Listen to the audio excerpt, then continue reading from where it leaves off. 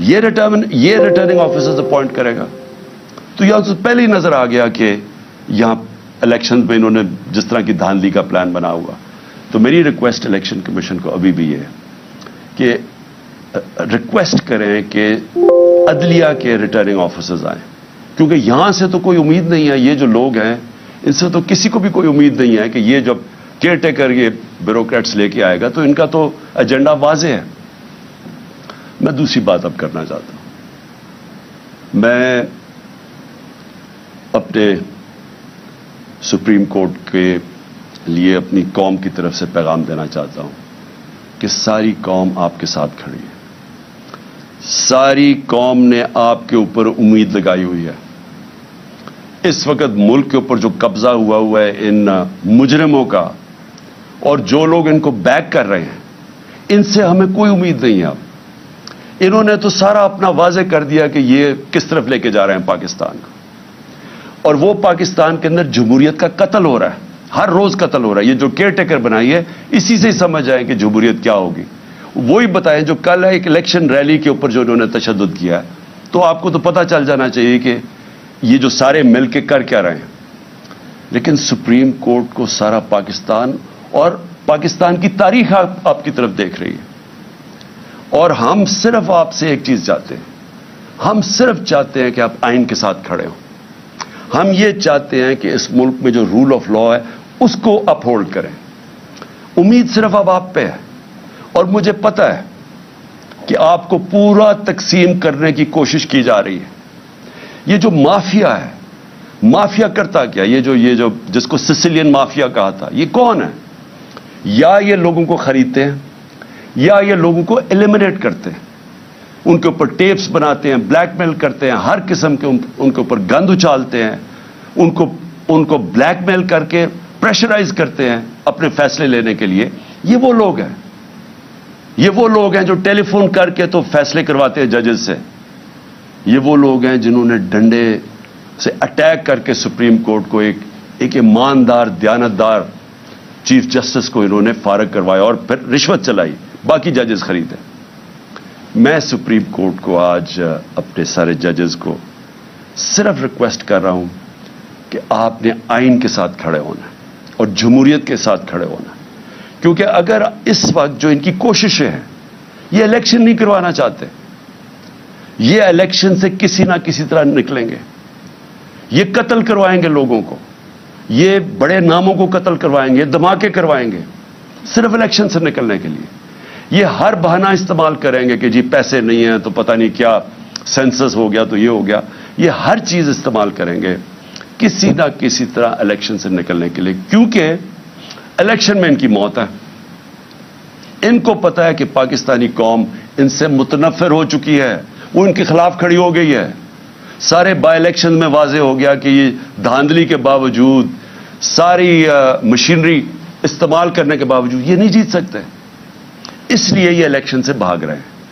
اور مجھے خوف یہ ہے کہ یہ کسی نہ کسی طرح یہ مافیا عدلیہ کے اندر پھوٹ ڈال کے اس کو تقسیم کر کے یہ کوشش کریں گے الیکشن سے نکلنے کے لیے. میں اس لیے اپنے سپریم کورٹ کو کہنا چاہتا ہوں کہ اس وقت آپ کی یونٹی کی ضرورت ہے. آپ متحد ہو کے پاکستان کے آئین کے ساتھ کھڑے ہوں. 5 کے 5 ججز نے کہا تھا کہ 90 دن میں الیکشنز ہونے چاہیے. اب پختونخوا میں دیکھ لیں, گورنر صاحب کہہ رہے ہیں کہ جناب وہ الیکشنز ڈیلے کرنے کے چکر میں ابھی تک انہوں نے اناؤنس نہیں کیا. اور جبکہ سب کو پتا ہے کہ اب ہمارے پاس ٹائم جو ٹائم تھا الیکشن کروانے کا وہ کم ہوتا جا, ہم آگے نکل گئے.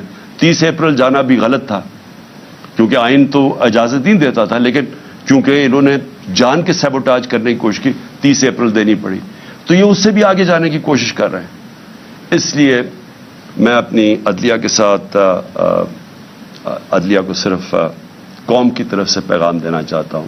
قوم آپ کے ساتھ کھڑی ہے. قوم وہ اور ہم وہ لوگ ہیں جو صرف اور صرف آپ سے انصاف چاہتے ہیں, آپ سے جو اس ملک کا آئین ہے اس کی دفاع چاہتے ہیں. یہ جو مافیا ہے یہ جب فیصلہ ان کے خلاف آتا ہے یہ اٹیک کر دیتے ہیں سپریم کورٹ کو, اور جب فیصلہ ساتھ آتا ہے تعریفیں شروع کر دیتے ہیں. پریشرائز کر کے. میں آپ کو صرف آخر میں ریمائنڈ کروا دوں کہ جب جو دھاندلی کے اوپر سپریم کورٹ میں کیس چلا تھا 2015 میں، وہ ہمارے خلاف کیا، ہمیں بڑی تکلیف ہوئی. ایک دفعہ بتائیں کہ میں نے اس کی کوئی تنقید کی ہو، ہم نے ایکسیپٹ کر لیا.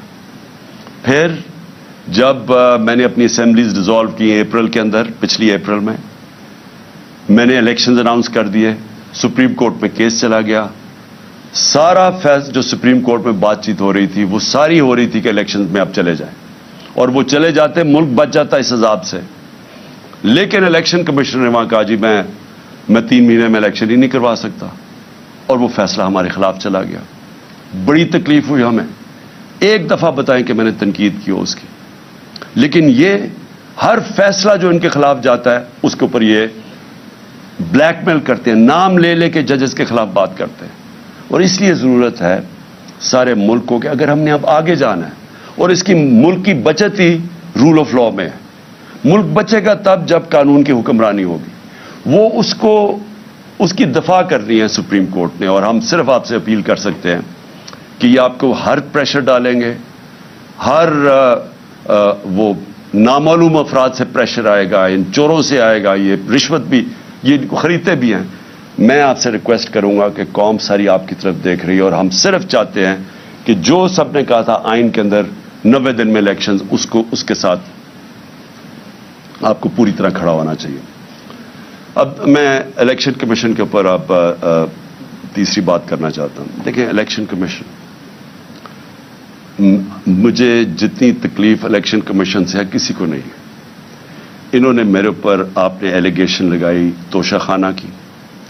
میں آج رائٹنگ میں دیتا ہوں سب کے سامنے، جس وقت یہ عدالت میں جائے گی یہ توشہ خانہ کیس باہر پھینکا جائے گا. کیونکہ مجھے پتہ ہے میں نے کوئی چیز غیر قانونی نہیں کی. جو 70 سال سے پاکستان کا قانون ہے اس کے اوپر چلاؤں. سب کچھ ڈکلیئرڈ ہے، اس کے اوپر ٹیکس دیا ہوا ہے، سارا کچھ، سارا ریکارڈ میں اویلیبل ہے. لیکن مجھے پتہ ہے کہ اگر یہ توشہ خانہ کیوں یہ چھپ رہے ہیں، بتا نہیں رہے کہ جی باقی لوگوں کے توشہ خانہ میں کیا ان کی تھی. جس وقت وہ سامنے آئے گا قوم کو پتہ چلے گا کہ توشہ خانہ میں باقی لوگوں نے کیا کیا ہے. باقی حکم، جو پرائم منسٹرز تھے، جو پریزیڈنٹس تھے، جو آرمی چیفز تھے، یہ کیا کرتے رہے توشہ خانہ کی گفٹ سے. وہ انشاءاللہ اگر یہ پورا کیس کھلے تاکہ پتہ تو چلے لوگوں کو توشہ خانہ کیا ہے. تو مجھے بڑی تکلیف ہے کہ میرے اوپر انہوں نے، کردار کے اوپر انہوں نے یہ جو اٹھایا ہے الیکشن کمیشن نے. اور پھر فورن فنڈنگ، یہ بھی ہمیں گھسیٹا ہے میڈیا ٹرائل کے تھرو. پتہ چلا وہ فورن فنڈنگ ہی نہیں ہے، اب پتہ چلے پروہیبٹیو فنڈنگ ہے. لیکن اگر آپ نے یہ کرنا ہی تھا، ہمارے کیسز سب کے سامنے ہیں، بکس ساری قوم کے سامنے ہے، لیکن ان دو پارٹیز کی کیوں نہیں سامنے لے کے آ رہے تاکہ پتہ تو چلے کہ انہوں نے فنڈنگ کدھر سے کرتے ہیں. تو مجھے تکلیف اس کی ہے. لیکن ملک کی خاطر، جس طرح میں نے کہا کہ میں اپنے قاتلوں کو، جنہوں نے قتل کرنے کو، ان کو بھی معاف کرنے کے لیے تیار ہوں. میں الیکشن کمیشن کو بھی سب کچھ جو مجھے ذاتی طور پہ تکلیف اور ہماری پارٹی کو اس کو بھی معاف کر دیتے. لیکن اس وقت قوم کی ضرورت ہے.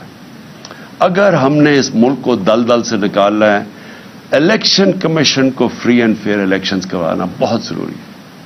اگر یہ نہ ہوا یا انتشار ہوگا. میں آپ کو بتا رہا ہوں کہ اگر یہاں اس الیکشن کو صحیح طرح نہ کروایا گیا، اور اس میں جس طرح کی دھاندلی پلان کی جا رہی ہے، یہ جو کیئر ٹیکر ہی ہے، یہی دھاندلی ہے. کیونکہ کیئر ٹیکر تو ہوتا ہے غیر جانبدار، یہ تو بالکل دشمنوں کو اوپر بٹھا دیا ہے. تو یہی دھاندلی ہے.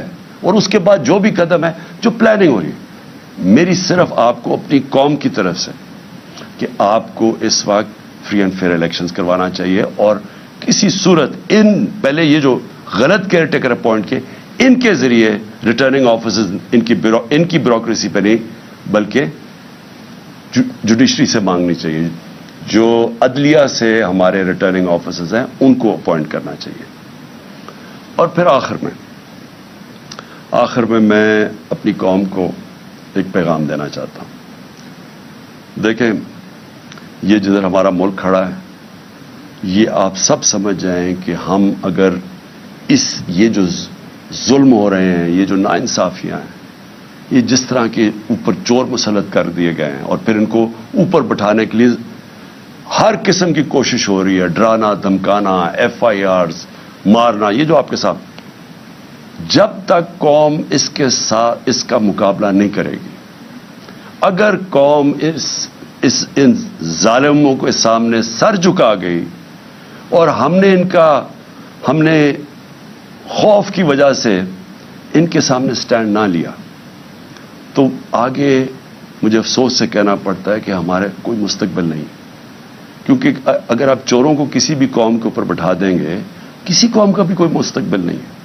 آج جو دنیا میں غریب ملک ہیں، میں تاریخ کا اسٹوڈنٹ ہوں، ایک ملک دیکھ لیں آپ، ان کی غربت آپ کے آخر میں وہ لوگ کہیں گے جی جو حکمران بیٹھے ہیں وہ پیسے چوری کر کے ملک سے باہر لے کے جا رہے ہیں۔ لیبنان ہے، سب سے زیادہ لیبنان جو تھا وہ، اب دبئی لوگ جاتے ہیں نا، تو ہم جب بڑے ہو رہے تھے سب بیروت اور لیبنان جاتے تھے، آج لیبنان کا دیوالیہ نکل گیا۔ لوگوں سے پوچھیں، ان کے اوپر کرپٹ لوگ بیٹھ گئے آ کے، وہ کہتے ہیں کرپشن میں مسئلہ تھا۔ نائجیریا سب سے زیادہ تیل ہے افریقہ کے اندر، تیل کے ذخیرے پہ بیٹھا ہے، غربت کی انتہا ہے، وہاں اوپر پیسے چوری کر کے نائجیریا کی دولت ملک سے باہر جا رہی ہے، جو ہمارے ساتھ ہو رہا ہے۔ تو میں قوم کو کہتا ہوں کہ یہ لوگ رہ گئے جن کا سٹیک ہی پاکستان میں نہیں ہے، آپ کا کوئی مستقبل ہی نہیں۔ تو پہلے تو میں اپنی وکلا کمیونٹی کو کہنا چاہتا ہوں، دیکھیں پاکستان کی وکلا برادری کے اوپر سب سے زیادہ ذمہ داری آ گئی ہے۔ یہ جو سپریم کورٹ کو تقسیم کرنا، یہ جو آئین کی دھجیاں اڑانا، یہ جو ہر قسم کا حربہ استعمال کرنا کہ کسی طرح الیکشن سے نکل جاؤ، یہ وقت ہے کہ جو وکلا، سارے وکلا کو اپنے سیاسی اختلافات دور کر کے سب کو اکٹھا ہونا چاہیے قانون کی حکمرانی کے لیے۔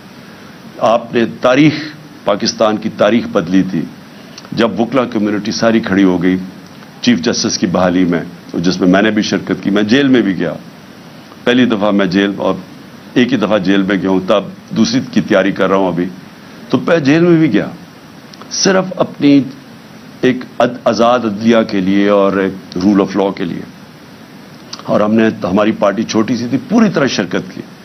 تو مجھے تب یاد ہے کہ وکلا کی میں نے جذبہ دیکھا، ان کا جو ان کی دلیری میں نے دیکھی، اور جو کمٹمنٹ تھی رول آف لا کے لیے، میں نے وہ اپنی آنکھوں کے سے دیکھی۔ اب بہت ضروری ہے، کیونکہ اب بھی وکلا کے اندر مافیا آ گیا ہے، اور وکلا کے اندر مافیا تقسیم کر کے بیٹھا ہے، اور وہ ان چوروں کے ساتھ کھڑا ہے۔ تو میں آپ سب کو اپیل کرتا ہوں کہ یہ ٹائم آ گیا ہے کہ آپ نے ہر تیاری کرنی ہے، آپ نے کسی صورت اس ٹائم کے اوپر اپنی عدلیہ کو نہیں چھوڑنا، اپنی عدلیہ کو تنہا نہیں چھوڑنا۔ آپ نے جو ظلم ہو رہے ہیں، آپ نے انصاف کے لیے کھڑا ہونا ہے۔ آپ کو اگر سڑکوں پہ نکلنا پڑے، آپ کو نکلنا چاہیے، کیونکہ جب تک ہم اب جدوجہد نہیں کریں گے ہم ان کو شکست نہیں دے سکیں گے۔ اور آخر میں اپنے نوجوانوں کو کہنا چاہتا ہوں، اپنی یوتھ کو، ہماری ماشاءاللہ 65% آبادی ہماری 30 سال کی عمر سے کم ہے، مستقبل آپ کا ہے۔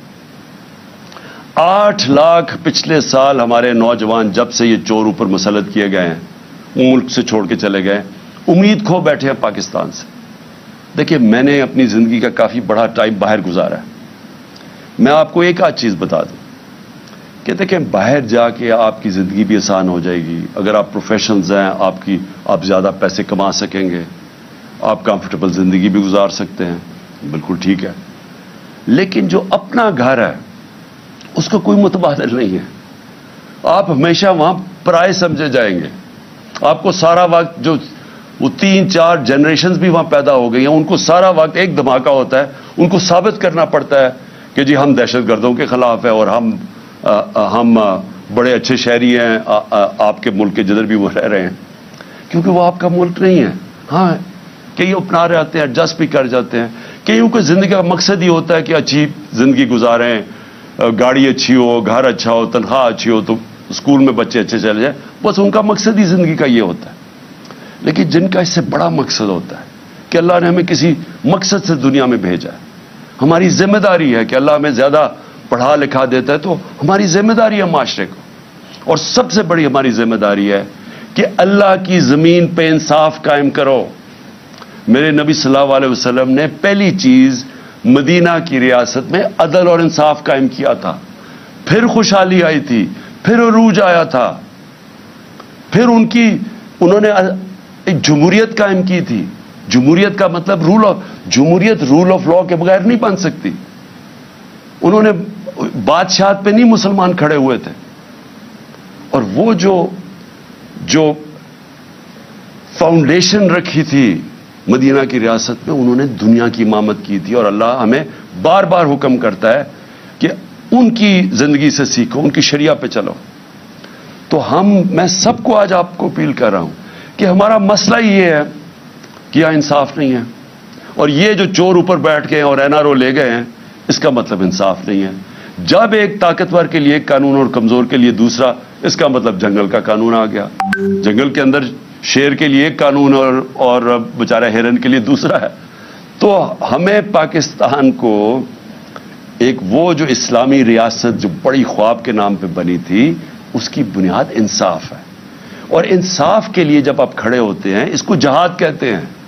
اور انصاف تو کمزور چاہتا ہے، طاقتور تو اپنے آپ کو قانون کے اوپر رکھنا چاہتا ہے۔ تو جب طاقتور کے سامنے کھڑے ہوتے ہیں، یہ ہوتی ہے انصاف کی جنگ، جہاد۔ حضرت ابو بکر، حضرت عمر، حضرت علی، ان کی پہلی جب وہ خلیفہ بنے تو پہلی چیز انہوں نے کیا کی کہ میں طاقتور کو قانون کے نیچے لے کے آؤں گا، انصاف قائم کروں گا۔ ہمارا مسئلہ ہی ناانصافی ہے، اور اس کے لیے جو ظالم ہیں، یہ جو سب ملے ہوئے ہیں، یہ جو سارے ان کے سہولت کار اور یہ جو منی لانڈرز اور جو ڈاکو سب اکٹھے ہوئے ہیں، ان کا صرف ایک مقصد ہے کہ یہ انصاف نہ آنے دو۔ عمران خان کو میری کیا لڑائی ہے ان سے؟ لڑائی یہ ہے کہ یہ وہ چیز کہہ رہا ہے کہ اس ملک میں اگر انصاف آیا تو جو ہم یہاں عیاشیاں کرتے ہیں، پیسہ چوری کر کے باہر، بڑے بڑے گھر، قانون سے ہم اوپر، یہ اس سے ڈرے ہوئے ہیں۔ ہر آدمی جو انصاف سے ڈرتا ہے، ہر آدمی جو چاہتا ہے کہ ہماری اسپیشل پریولیج ہو، وہ ہر آدمی اس وقت ایک طرف کھڑا ہو گیا ہے اور کوشش کر رہا ہے۔ ان کو عمران خان نظر آ رہا ہے کہ کسی طرح اس کو تو فارغ کرو۔ دیکھیں، مجھے نہ جب میں پالیٹکس میں آیا تھا 26 سال پہلے، میں جب موت کا خوف کے اوپر قابو پا چکا تھا، اللہ میں ایمان آ چکا تھا، لا الہ الا اللہ کا مطلب سمجھ چکا تھا کہ اللہ نے فیصلہ کرنے جب دنیا سے جانا ہے۔ احتیاط کرتا ہوں، احتیاط اس لیے کرتا ہوں کہ یہ جو میرے دشمن ہیں، یہ بڑے جتنے خوف زدہ ہوتے جا رہے ہیں اتنی میری جان خطرے میں ہے۔ احتیاط کرتا ہوں۔ جیل میں کیا فرق پڑے گا؟ جیل میں چلا جاؤں، کتابیں پڑھ لوں گا، بڑی مجھے ٹائم مل جائے گا، لیکن مجھے خوف یہ ہے کہ مجھے یہ اگر ہٹائیں گے اور یہ سمجھتے ہیں کہ اگر میں راستے سے ہٹ گیا تو قوم سو جائے گی۔ ان کا یہ خیال ہے کہ اگر عمران خان کو ہٹا دیا جائے تو نہ یہ کیمپین کر سکے، کچھ کرے گا، تو تحریک انصاف بھی آہستہ آہستہ ختم ہو جائے گی، اور یہ جو لوگ ہیں انہوں نے تو پھر سے قبول کر لینا جو بھی ہو۔ تو اس کے اوپر میری جان بھی خطرے میں ہے اور یہ مجھے جیل میں ڈالنا چاہتے ہیں۔ آپ کو میں صرف یہ کہنا چاہتا ہوں کہ آپ نے یہ فیصلہ کر لینا ہے کہ عمران خان ہو یا نہ ہو، آپ نے اپنی حقیقی آزادی کی جنگ لڑتے رہنا ہے۔ یہ جہاد ہے آپ کے لیے، اور اسی میں آپ کا مستقبل ہے۔ اگر یہ ہم کامیاب ہو جاتے ہیں اس ٹائم پہ، یہ ملک بدل جائے گا۔ جو میں نیا پاکستان کی بات کرتا ہوں، وہ نیا پاکستان آ جائے گا آپ کا، اس راستے پہ ہم نکل جائیں گے۔ لیکن ظلم کے نظام پہ کبھی بھی کوئی معاشرہ اوپر نہیں جا سکتا۔ کفر کا نظام چل جائے گا، ظلم کا نظام نہیں چل سکتا۔ حضرت علی کا قول ہے، یہ نظام کبھی بھی نہیں چلے گا۔ اور آپ کے سامنے جدھر ہم گر چکے ہیں، آپ کو پتہ ہے کہ کیوں ہے، کہ جب آپ ان چوروں کو این آر او دے دیں اور بیچارہ غریب آدمی جیلوں میں رہے تو اس قوم کی تو کوئی مستقبل نہیں ہے۔ اس لیے جو بھی مجھے پکڑتے ہیں، آج پکڑتے ہیں، کل پکڑتے ہیں، میں ساری قوم کو یہ کہتا ہوں کہ آپ نے اپنے حقوق کے لیے سڑکوں پہ نکلنا ہے۔ جانوروں اور بھیڑ بکریوں میں یہ فرق ہوتا ہے، بھیڑ بکریاں سارے ظلم سہ جاتی ہیں، انسان کا بڑا مقصد ہوتا ہے، وہ ظلم کا مقابلہ کرتا ہے، وہ جہاد کرتا ہے، اور وہ ایک معاشرے کو زندہ کر دیتا ہے۔ حضرت امام حسین کی جو شہادت تھی، وہ ساری دنیا کے لیے مسلمانوں کے لیے ایک چیز سامنے آ گئی کہ جو رائے حق ہے اس کے لیے اگر آپ کی جان بھی چلی جائے آپ اپنے معاشرے کو زندہ کر دیتے ہیں. جس طرح علامہ اقبال نے کہا کہ وہ کربلا کی سوچ سارا وقت مسلمان ریولوشنری اسپرٹ میں رہتا ہے, اپنے آپ کو پھر سے کھڑا کرتا ہے کہ میں نے رائے حق پہ کھڑا ہونا ہے. یہ سیدھی سیدھی جنگ ہے چوروں کی اور رائے حق کی, اور اس کے لیے میں پھر سے قوم کو اپیل کرتا ہوں, میں ہوں یا نہ ہوں, آپ نے اس جنگ اس جہاد سے ہٹنا نہیں ہے, کیونکہ اگر آپ ہٹ گئے تو یہ سارا پاکستان کا مطلب ختم ہو گیا, پھر یہ بہت بڑا دھوکہ تھا پاکستان.